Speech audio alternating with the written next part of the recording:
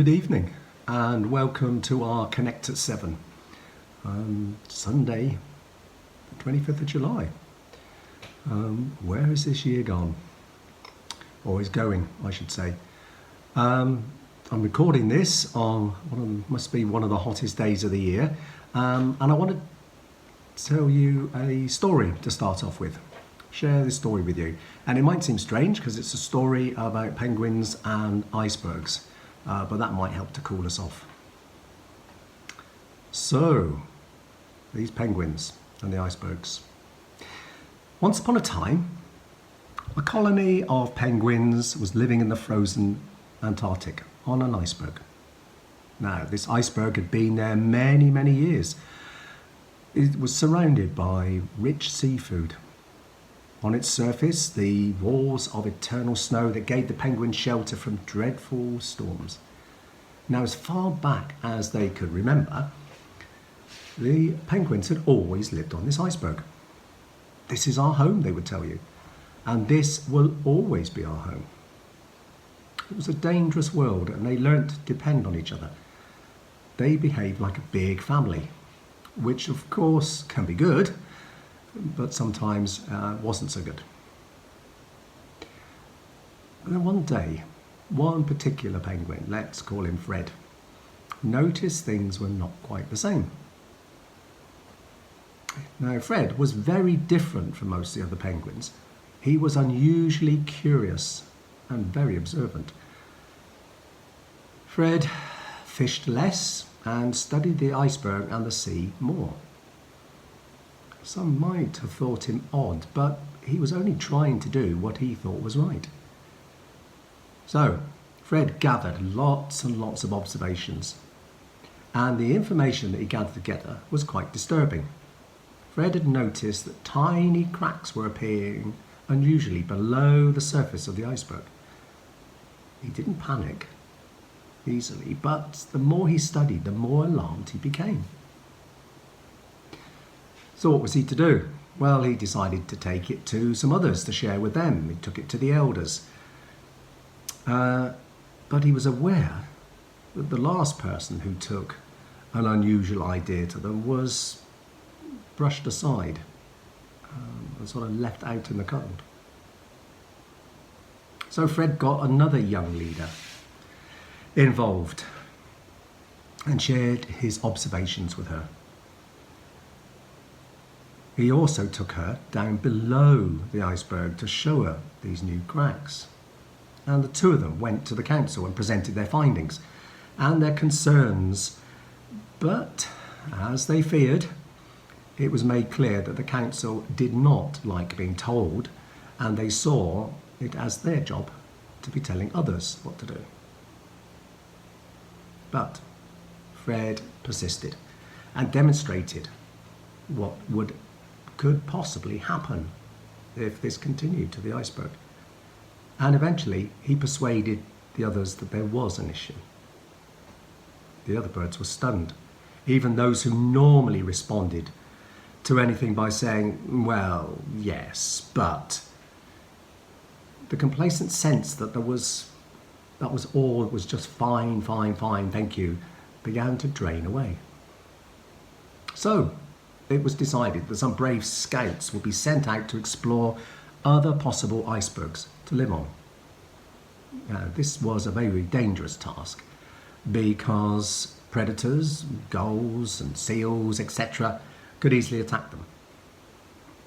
The scouts would not have the safety of the whole flock to actually protect them. It took a while for the scouts to return, but they did eventually find another iceberg. Well, to cut a long story short, they moved onto this other iceberg. But it was still not easy for them. The colony still had problems. Their new home was different. The best fishing grounds were in unfamiliar places. The winds bounced off the walls of ice in unexpected ways. But the problems were not as large as the anxious birds had feared. The next season, the scouts found an even better iceberg, larger and with even richer fishing grounds. And though it was tempting to declare that the colony had been subjected to enough change and should stay here forever and their new home, they didn't. Now, this was a critical step, not becoming complacent again and not letting up. So before we look at this further and why am I telling you this story, let us share our first song. And our first song is from For King and Country, and it's called Together.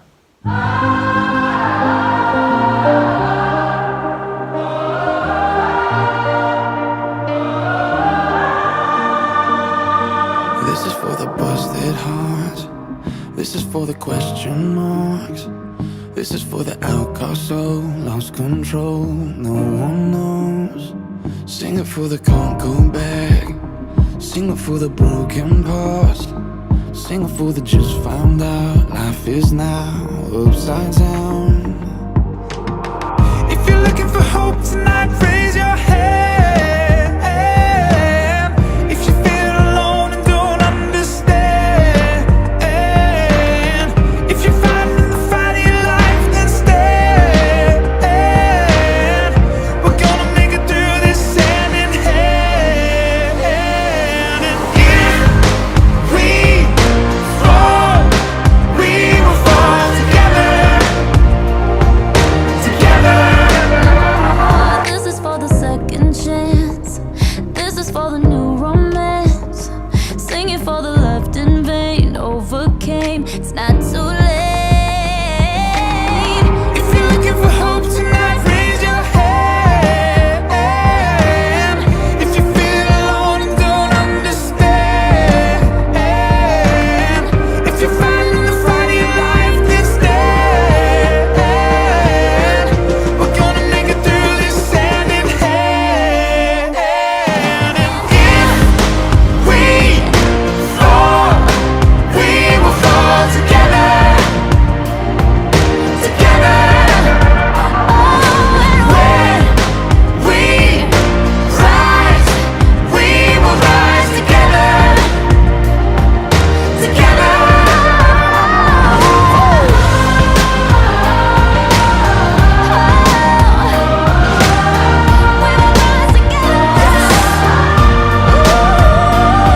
Listen, If you're looking for hope tonight, you're all alone feeling alone tonight, and you feel if you're in the fight of your life, I can promise gonna make it happen. I will be by your side. It's in the air tonight. can you feel it? Let me see the light. Whenever and wherever, just as long as we're together. Say, We fall, we will fall together. I got you, my brother. I see you, my sister. When we rise, we will rise together. Together. We fall, we will fall together. Take my hand. Help me stand. We will rise together. Yes, sir. Together we are dangerous. Together with our differences. Together we are bolder, braver, stronger. So, why tell this story about the penguins and the iceberg? Well, it was taken from a book called Our Iceberg is Melting by John Cotter, and it's really a book about management of change. But it seemed to have a lot of similarities with us in the last year. You know, our own foundations have been rocked and could say melted away. Our social interactions have changed and at times seem non-existent except for Zoom calls. Not being able to go out, have we? See other people, friends, family, not go to work and even not go to church. Does it feel that all we have known, which gives us a stability, has been shaken?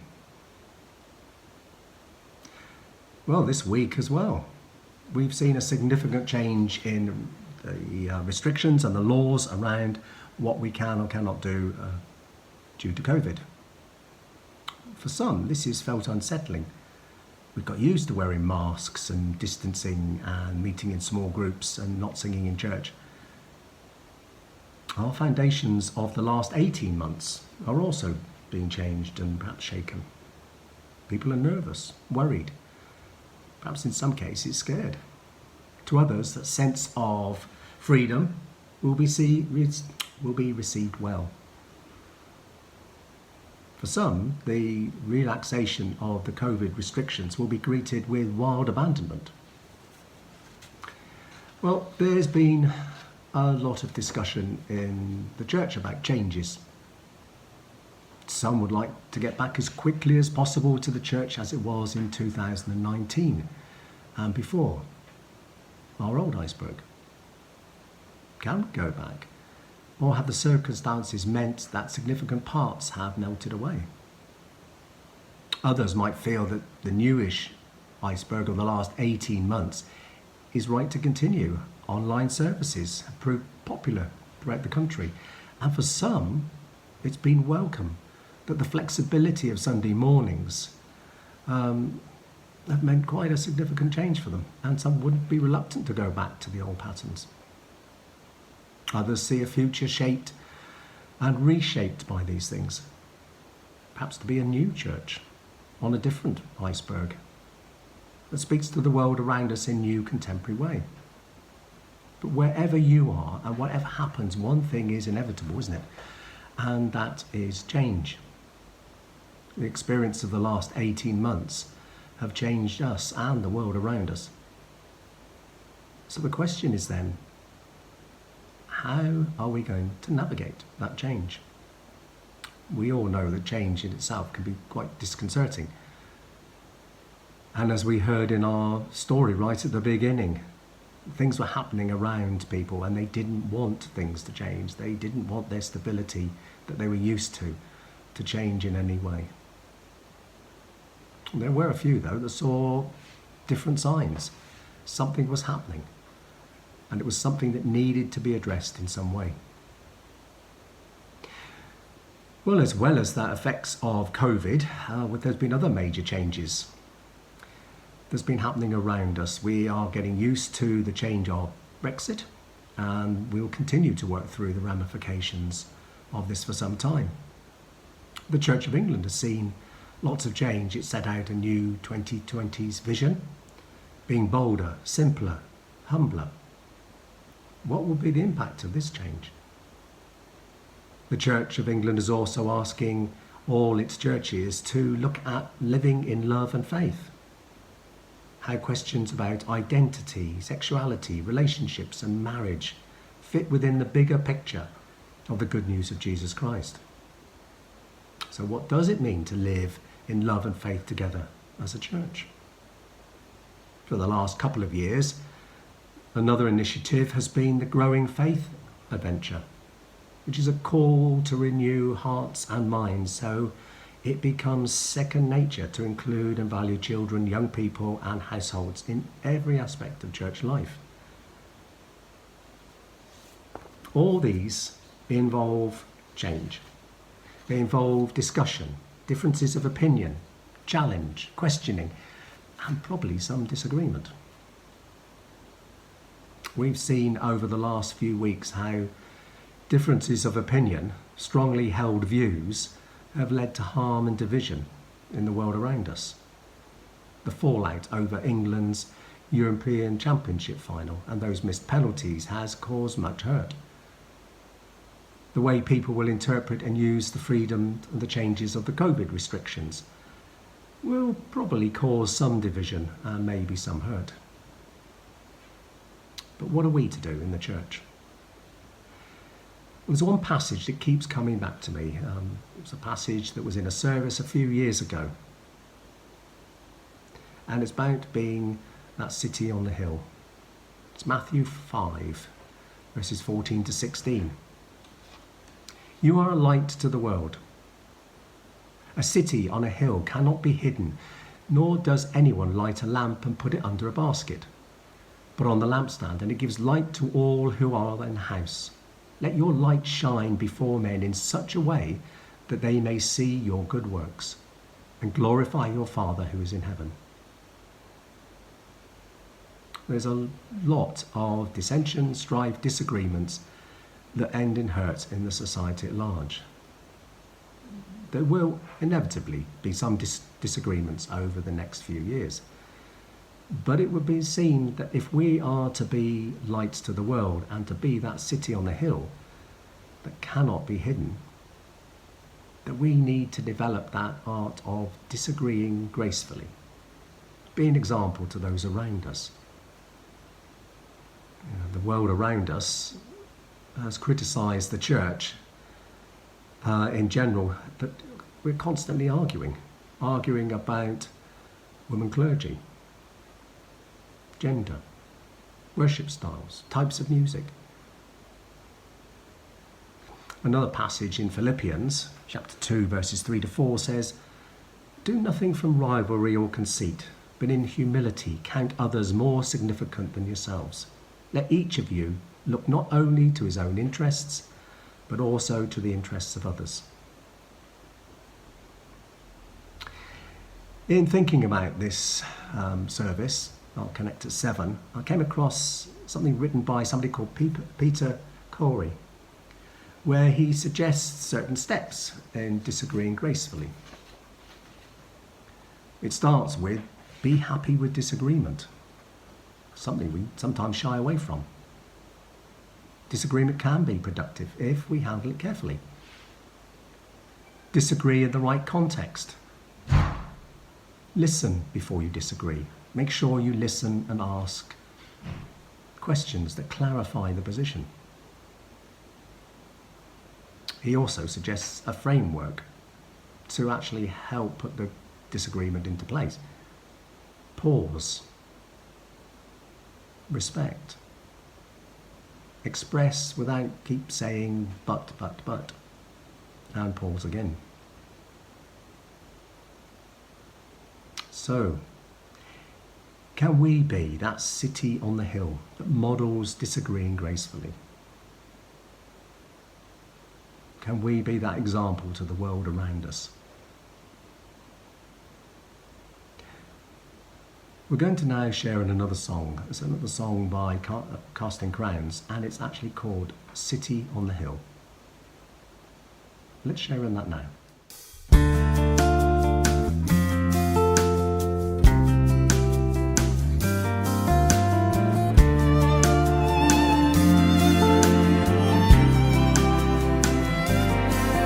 Did you hear of the city on the hill? Said one old man to the other. One shine bright and it would be shining still, but they all started turning on each other.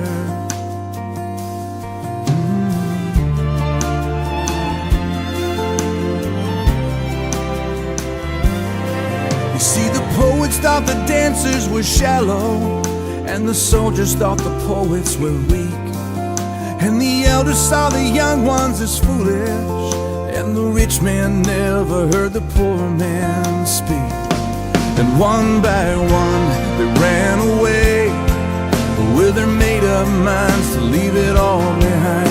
And the light began to fade in the city on the hill, the city on the hill.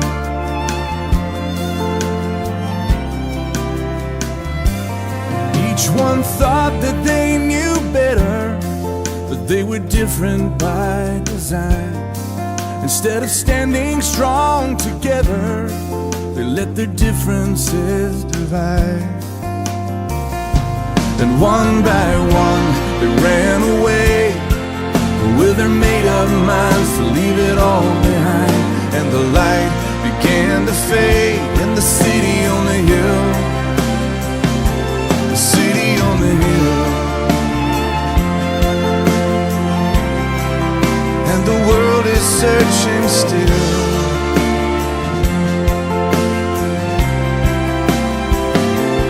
But it was the rhythm of the dancers that gave the poets life. It was the spirit of the poets that gave the soldiers strength to fight. It was the fire of the young ones. It was the wisdom of the old. It was the story of the poor man that needed to be told.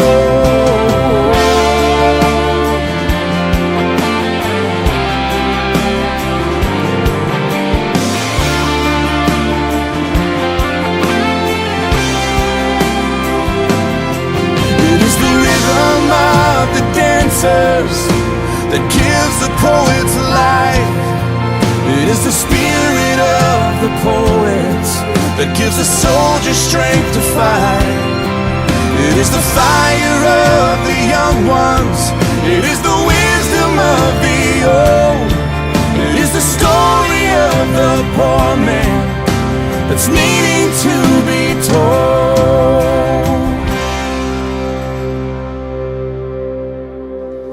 One by one will we run away with our made-up minds to leave it all behind as the light begins to fade in the city on the hill.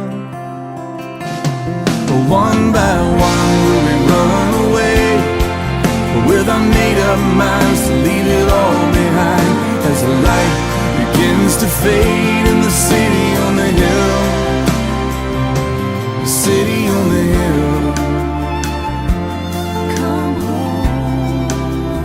Father's calling still. Come home to the city on the hill. Come home.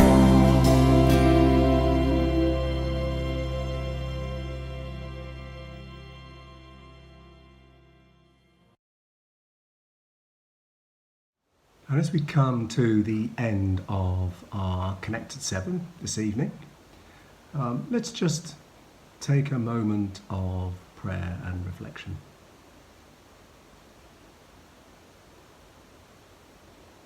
Dear Lord, in this time of lots of change, that it's unsettling to most people, to all of us, we ask you to be with us. Help us navigate through these changes. And where we have differences of opinion and disagreements, help us to open our ears to really listen to other people around us, to pause before we speak, and to be able to walk away from any disagreements, differences of opinion with grace. We ask you to help us as a church to be that city on the hill. Amen. And thank you for joining us this evening. We wish you a good week. This is my last Connected 7 for a while as we're taking a summer break. I think there's one more next week. We hope you have a good summer. And stay safe and stay well. Good night.